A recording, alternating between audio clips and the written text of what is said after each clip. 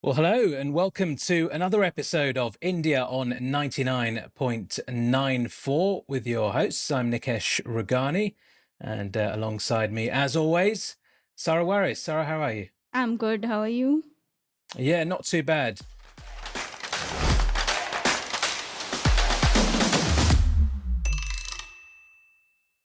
Thank you. Been watching quite a bit of the India in the West Indies series at the moment. How about yourself? Have you been keeping across the T20s and what do you make of it so far? 1-1. Yeah, the timings have really screwed us fans in India. Matches going on till 2 to 30 at night. So it's been very hectic. But yeah, going Absolutely. good. Loving the contest that is on offer. And looking forward to the remaining two matches. In terms of what we've seen so far, then, of course, India toured England with the T20 and ODI sides just recently, and back into this series in the West Indies as well. There's been lots of talk, hasn't there, about India's batting lineup going into that T20 World Cup later this year. It's, of course, in Australia. Have India really, do you feel, in the last couple of months had a chance to have everyone available and sort of field what they feel would be their best batting 11? Do they even know what their best batting lineup is? I think having the rich talent which they do has added to their dilemma because there are so many players available right now. So who do you drop? There's Virat Kohli who's not been playing this series. There is Sanju Samson, such a talented player waiting in the ranks. I don't think he's in contention for a spot in the World Cup, unfortunately. There is Deepak Hooda who's done well. It puts a question mark on should India go ahead with Ravindra Jadeja. Rishabh Pant is there. So there are too many options there. With KL Rahul also coming back, it just adds to all the confusion. And I think the biggest challenge for India will be selecting the best batting attack. The bowling is sort of finalized, just one or two contentious picks here and there. But what the batting will be is the main tricky headache for India and the selectors. Well, let's go through it a little bit more in detail then. Rohit Sharma, of course, missed the last T20 international. Um, Back spasms. He reckons he'll be okay for the final couple of games in the series. India, of course, leading the series now. I should mention, I said 1-1. It's obviously 2-1 after that last victory for India. A good run chase once again. So Rohit at the top of the order. If he's fit, first and foremost, Sarah, he's captain. He plays, right?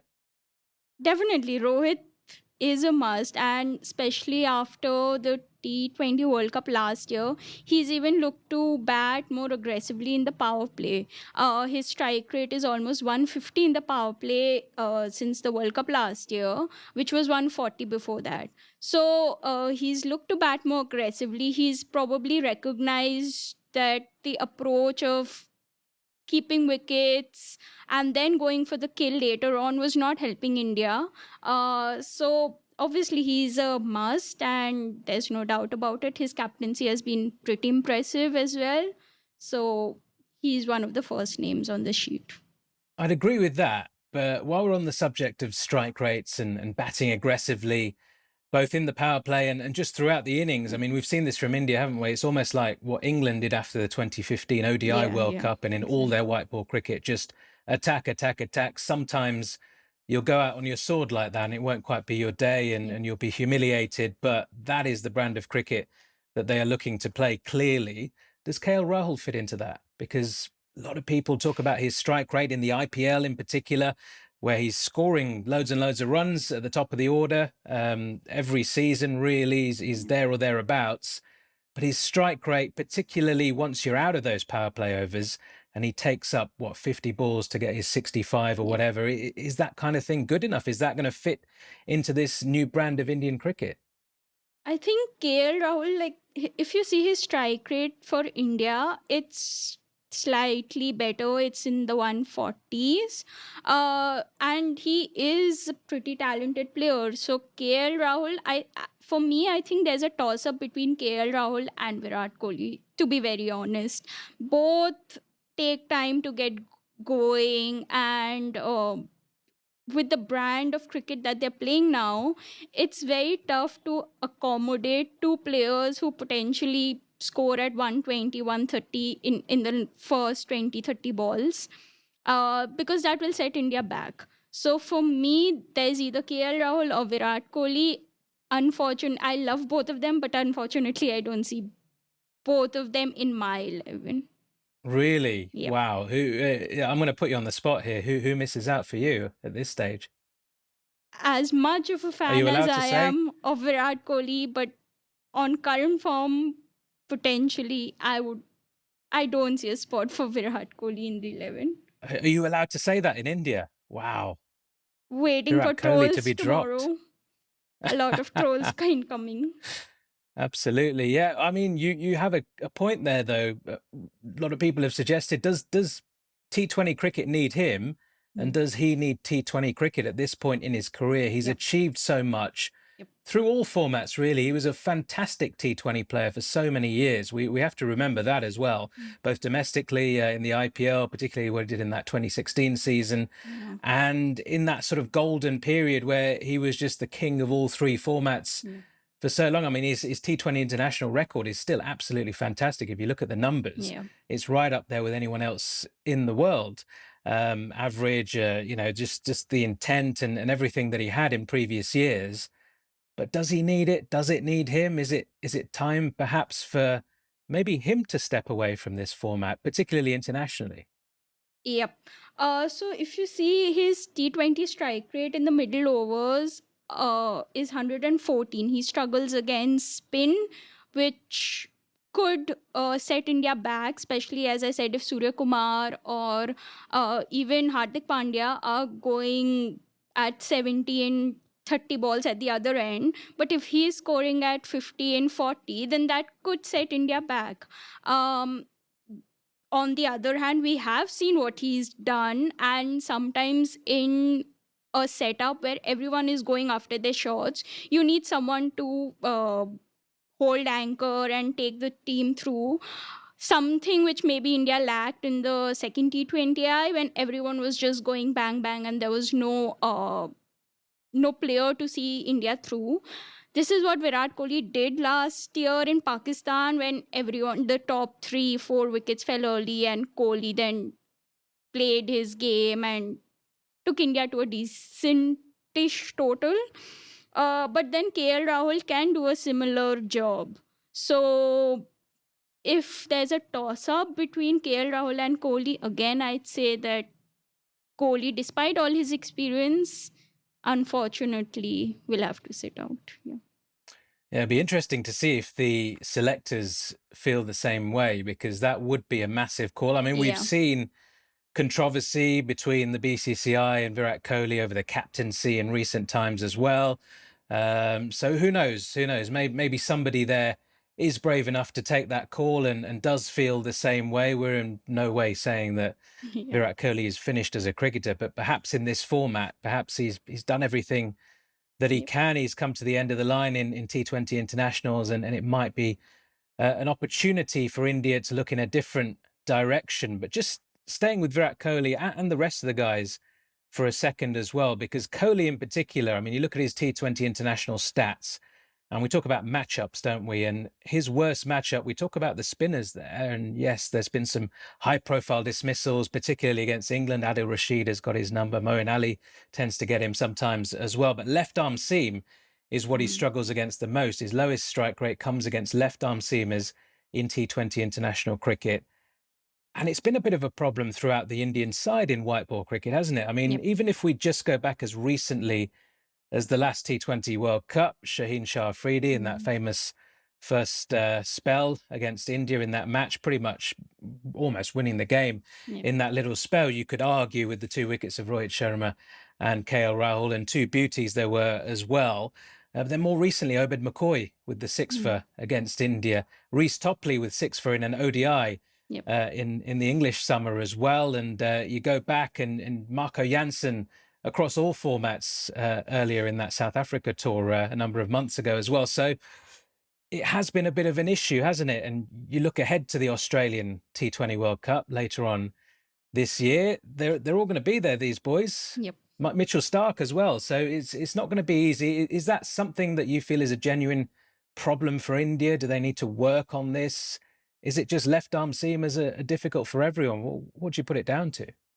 I think I was just looking at some stats, and from June alone in T20I's, Indians have been dismissed 22 times by left armers, which is like a huge number. And obviously, there are some issues, but it's not India only who's been struggling against left armers, because if you see Australia and New Zealand, they average around 13 and 15 against them in T20I's in the last 1 year or so. So it's not just India who has struggled against them. It's other teams also do not have the best record. Probably I'd say it's uh, down to how scarce they are all over, and the angle which they create. It's even tough for other teams because there are not many left armers all around. So I think getting accustomed to their angle and their swing, most of them, is difficult. So I think India has struggled, but it's not that the other teams are very good against it. Yeah, it's one of those things. I just seem to remember that Sachin had a few problems against left arm seamers from time to time as well, going back a few years. I suppose they're the ones that stick out when those left armers come in. Like you say, there's not many of them Yep. in international cricket. There's usually one in each squad. Maybe a couple of sides have got more than one, like England with Willie and Topley more recently.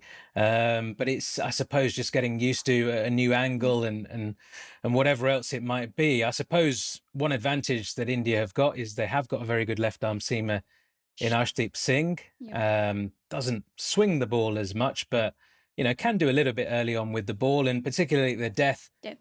Yeah. So brilliant, so useful to have another excellent death bowler. We talk about Jasprit Bumrah all the time. Arshdeep Singh, given his death bowling, is he one of those couple of spots that you think might be up for grabs in terms of the bowling department? Do you think he might sneak his way in there? I would say yes. Surya Kumar and Arshdeep are the two players I would say have transitioned seamlessly from IPL to international cricket. These two, and Arshdeep, he's just played very few matches, but he's been very economical. Even yesterday, his one of his expensive spells was 30 odd runs. So he's been brilliant in the death. He uses his brains. Like, he's not someone who's just bowling mindlessly. He knows what the batter is looking to do, and he just comes in and yeah, with Bumrah, he'll be a very lethal combo at the death, and I'm very excited to see what both of them can do. And And in also, turn, go on. uh, I just had one more point to add to the arm pacers thing. India have just had 20 left armers in international cricket. So that's, that again shows how they have struggled because they don't have quality left armers around them over the years. So at the nets, probably they don't have a lot of bowlers who can bowl to them with that angle and prepare them for international, for a match. So that's also a very Well, interesting they point. probably used them all up in a set period of time, didn't they? In the early Yeah. noughties, when you had Zahir Khan, Ashish Nehra, Irfan Pathan, RP Singh, they were RPC. almost Yeah. all in the squad together, weren't they, for that period of time? India couldn't find Yeah. a right arm seamer of any quality to play for a set length of Yep. time in the international side in those days. So they did have a good few coming in a few years ago, but you're right, there's not that many when you look at the Indian domestic scene at the moment, and in the IPL, when you're looking ahead to things like T20 World Cups domestically, there's not a great deal of quality in that department. You're right, and there hasn't Yep. been for a good few years as well. In terms of the spinners, then, what are we looking at? Yuzi Chahal probably walks into the side, Yep. particularly in T20s. Are you going for two spinners? Are you going for Jadeja as the spinning all-rounder? Are you going for somebody like an Akshar Patel, maybe, who gives you a little bit something different in terms of intent perhaps with the bat. He's, Jadeja's matured more as a batter and he's more a top order batter now, whereas Akshar is more still the lower order hitter Well, who can just come out yep. and hit from ball one. Are you still going with Jadeja just for his all round qualities? I If there's not much in it for the spinners, I just go in with Chahal. Um, if TK, Hardik, Rishabh Pant, Kohli, I won't have Kohli in my 11, sorry. Yeah. All of them play, it's very difficult to fit in Jadeja. But if there's a spot for a second spinner, I'll have Jadeja Does he not over have to Akshar play? Does Patel. he not have to play in every format for India, where whenever he's available? Is he not that He's player not that just has to play? he's not that done that well in T20I's with the bat. So he has a strike rate of 120 odd, averages 23. So he's not really done that well with the bat for India. He has played a few crucial knocks, but then you wonder whether the players who are in the ranks, like who are on the bench, whether they can do a better job, like for example a Deepak Huda. So, and he can bowl as well a few overs, he's done pretty decent with the ball, so you wonder whether he can fight for Jadeja. um yeah, like if the conditions are not very spin friendly. And just those names you're reeling off, and the names we see coming in for the West Indies series and soon to be coming in for the Zimbabwe ODIs as well. Yeah, India have really embraced this new world of modern cricket with, people complain about jam-packed schedules. India have got the advantage of 1.5 billion people as their population and lots of cricketers to choose from, but just the quality that they have yeah, within those 30, 35, 40 players, even that they pick across all three formats.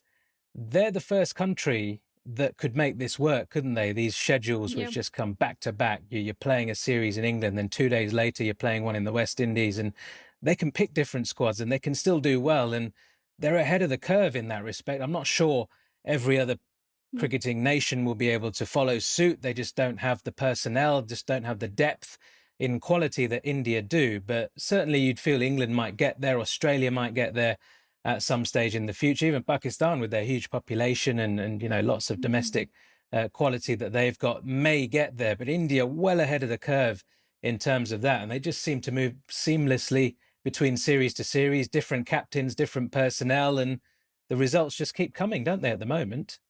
yeah. So Hardik Pandya has said this, I think, a few months ago, that India can field two other teams and dominate attacks, When he dominate the said that, though, opposition. Sarah, he said that before the last T20 World Cup.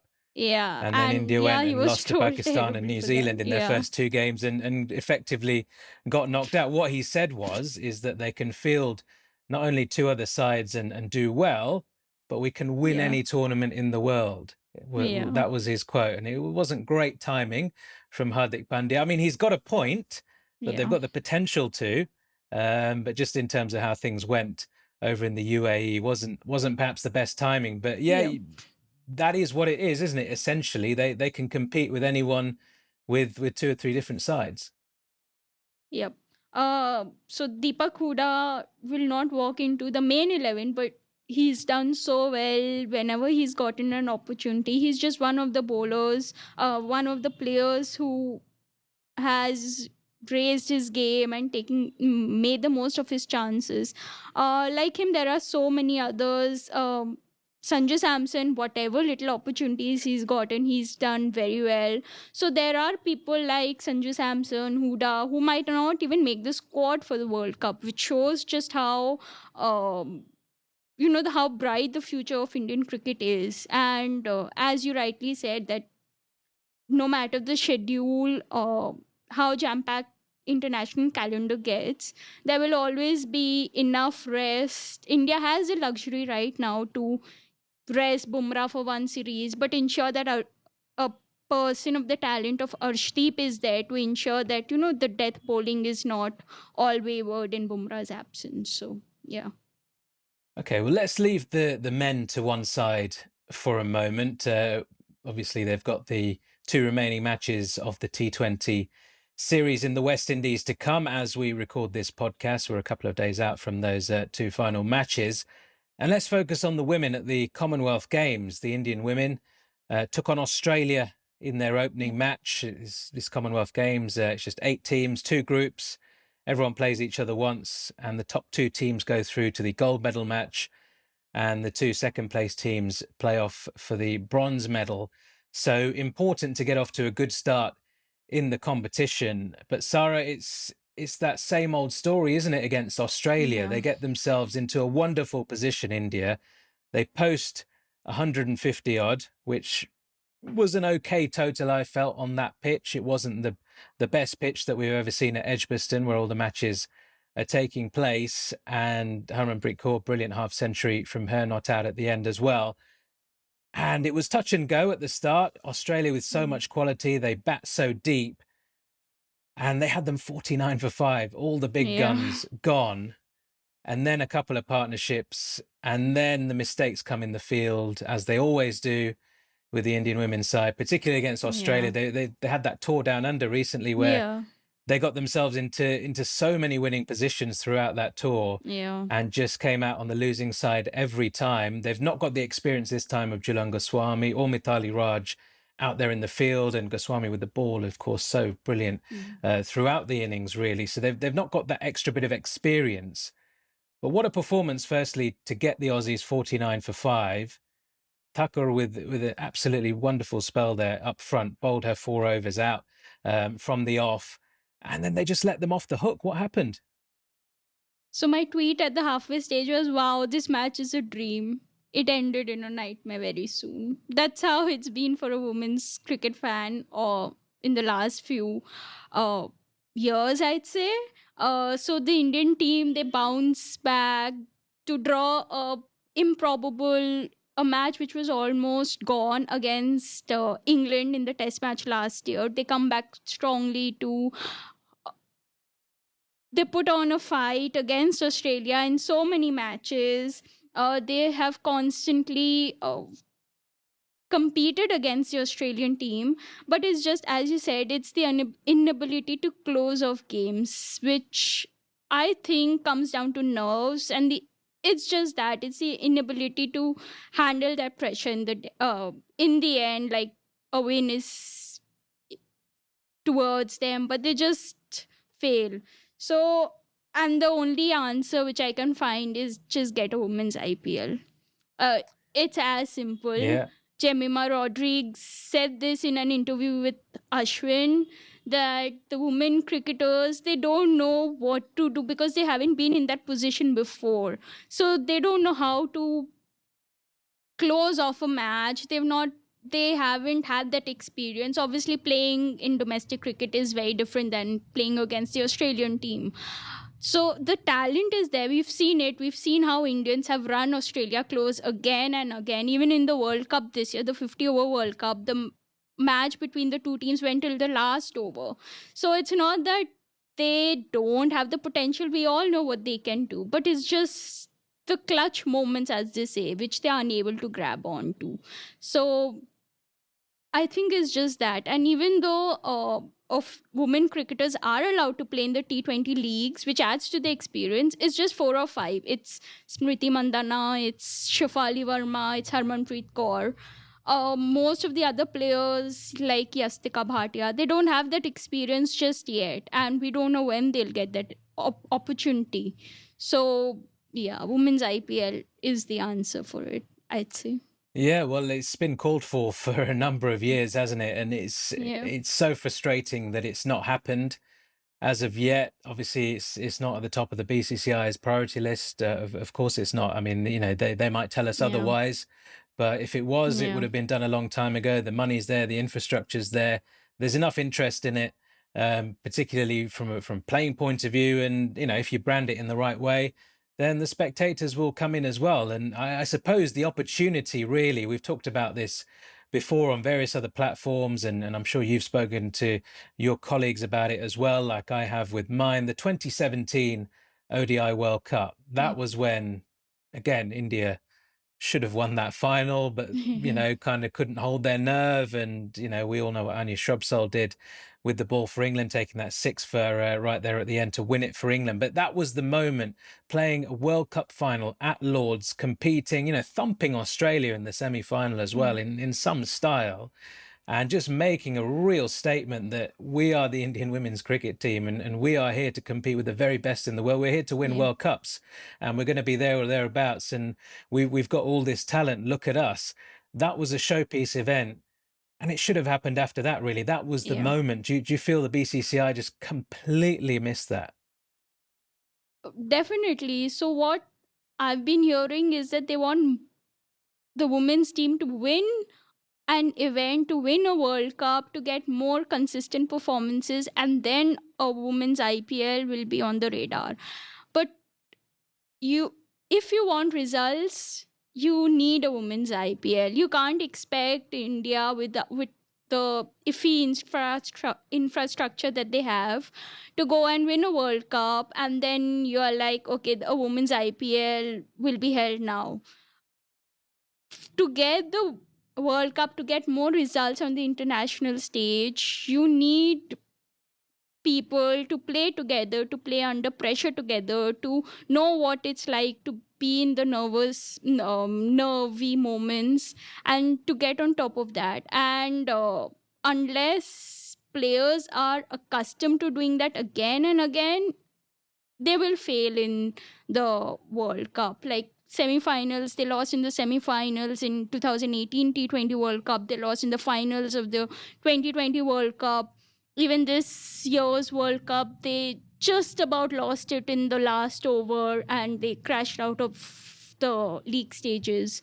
So it's just the inability to take those clutch moments. And I suppose it's playing with and against the best players in the world on a regular basis, knowing their strengths and weaknesses, but also speaking to these players like the men have done. And we talk about the men and the pool of talent in India now, particularly in white ball cricket. A lot of that is down to the IPL. It's these young guys, for example, at the Rajasthan Royals, the likes of Ravi Jadeja, spending all that time with Shane Warne in his early years at the Rajasthan Royals, and having somebody like that as a mentor. And, Yusuf Pathan the same. And, Pathan went on to win the 2011 World Cup, of course, with India, and Jadeja's gone on to have a great career. And it's not just them. There's so many stories that have come out of the IPL. These young, unknown cricketers, all of a sudden, they're exposed to the best in the world. They're teammates with some of the best in the world. They're picking up all this knowledge. They're learning about the game. They're learning about themselves as people, and what to do in certain situations, and how to, portray yourself on the field, and how to be confident, and how your body language makes a difference, and whatever it might be, field settings. There's so many things that come into it, which, you're right, a women's IPL, India's women and young women as well, who we haven't heard of, who are domestic players, who haven't come onto the international scene, getting a chance, getting exposed to these players on a regular basis. I mean, it's with the BCCI saying that they're waiting for the women to win one of these tournaments like the men did in 07, and then an IPL might be a good idea. Well, it's a load of rubbish, because the men's infrastructure was around for so many years, decades before that. They were having success all around the world. In fact, they won the 1983 World Cup, and it took them so long, to sort of dominate the world game. Even after that, I mean, they've had their moments over the decades, but it's only really since the turn of the new millennium, and even probably into the 2010s, where India have really sort of latched on and sort of made the most of their population, their talent, the interest in cricket in the country, and done everything properly, and tried to keep politics to one side as much as is possible in a place like India. The same needs to happen with the women's game, because you're right, unless they are exposed, unless they are in these pressure situations, and also playing in front of bigger crowds. Let's face it, Indian women's domestic cricket doesn't pull in big crowds. If it was a domestic IPL with all the branding and the money and the advertising that goes into that, you're all of a sudden playing in front of, 20,000, 30,000 people, whatever it might be. Game changer, absolute game changer, to hold your nerve and to play in those pressure situations in front of that many people. That is the way forward, isn't it? And that's the only way that they're going to improve.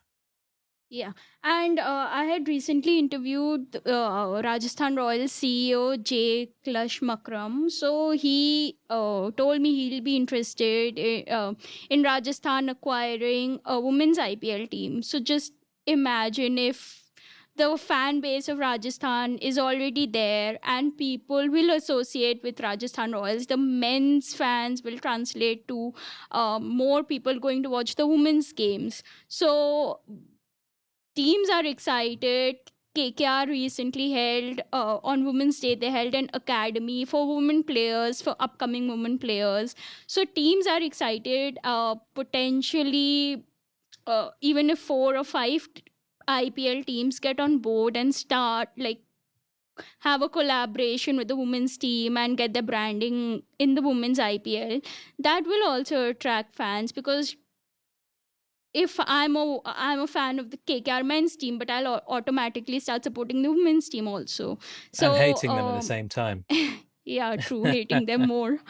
So it's exciting. People are excited. Even the IPL owners, some of them, they are excited. They want something like this to happen.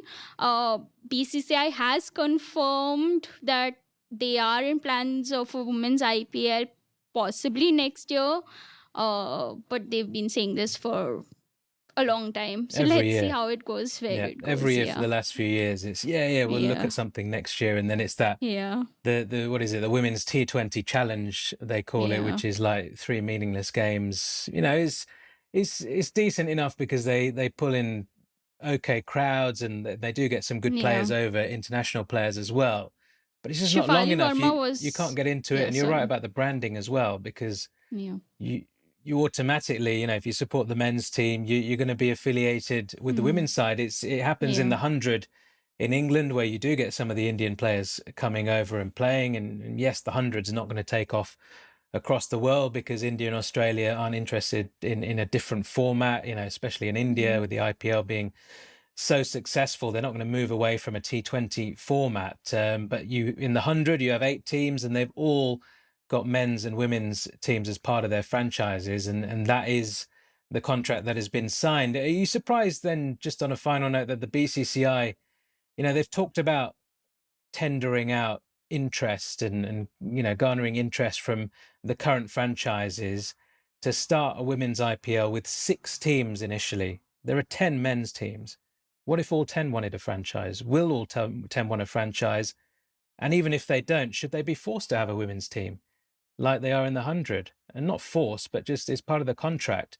I mean, the BCCI clearly wants to sell the rights to the women's team separately and make money out of this. And Yeah. let's not make no bones about it. That is exactly what they want to do. And that's why they're not just adding it into the current IPL deals with the Yeah. current franchises that look after the men's teams.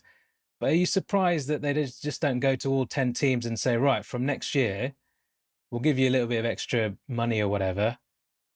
You all have to have a I'd women's team.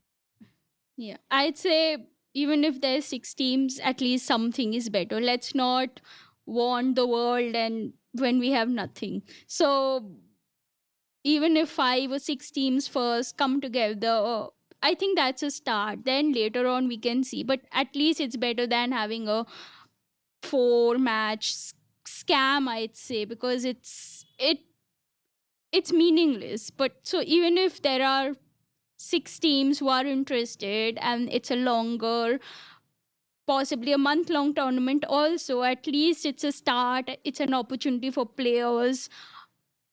I would love all teams to be a part of it, but as I said, beggars can't be choosers. So let's just be happy with the uh, first steps. Yeah. That is a fair point. And just in case you are listening to this and wondering about the Commonwealth Games and why we've not talked a bit more about it, of course, we are recording this before the India-Barbados game. India, of course, beating Pakistan quite comfortably as expected in the second game of the group stage over in the Commonwealth Games. And that match against Barbados, a crucial match, really, in terms of who's going to finish second in the group. Barbados, probably the third strongest side in the group on paper, but you just never know in the T20 format. So India, regardless, needing to beat Barbados in that game. You will have seen the results probably after the time that this podcast is released, but we are recording before that particular match. Whatever the case, we wish the Indian women's team the best of luck in the Commonwealth Games, and we hope that they can pick up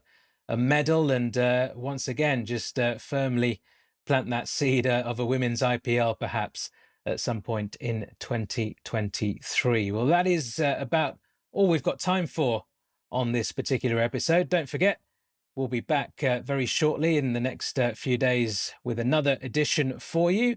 But for now, thank you very much for listening.